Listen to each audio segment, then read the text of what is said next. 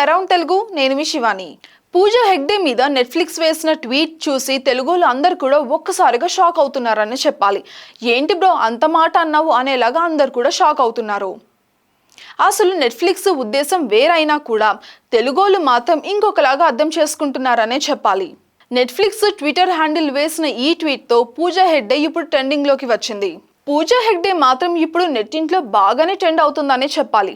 సినిమాలతో ట్రెండ్ అయ్యి చాలా కాలం అయ్యిందనుకోండి, కానీ ఇప్పుడు ఇలాగ ట్రెండ్ అవుతుంది పూజా హెగ్డే. ఒకప్పుడు వరుసగా బ్లాక్ బస్టర్ హిట్లతో దూసుకుపోయింది పూజా హెగ్డే. అప్పుడు అందరు కూడా గోల్డెన్ హ్యాండ్ అన్నారు. టాలీవుడ్ బుట్టబొమ్మ అని ముద్దు కూడా చేశారు. మహర్షి, అలా వైకుంఠపురంలో అరవింద సమేత ఇలాగా బ్యాక్ టు బ్యాక్ హిట్లతో దుమ్ము లేపేసింది పూజా హెగ్డే. కానీ ఒక టైంలో వరుసగా డిజాస్టర్లను చవి చూసింది. హిందీలో సల్మాన్ ఖాన్ సినిమా, తమిళంలో విజయ్ బీస్ట్ సినిమా, ఇక తెలుగులో రాధేశ్యామ్ ఆచార్యలు, ఇలాగా అన్నీ కూడా ఒకే టైంలో డిజాస్టర్లు అయ్యాయి.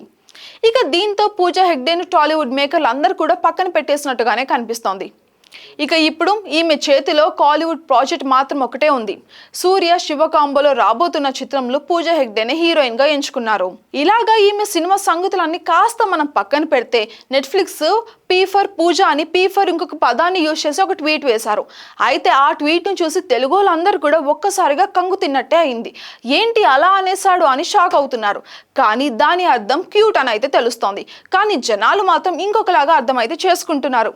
ఇక ఈ ట్వీట్ ను తెగ ట్రోల్ చేస్తున్నారు.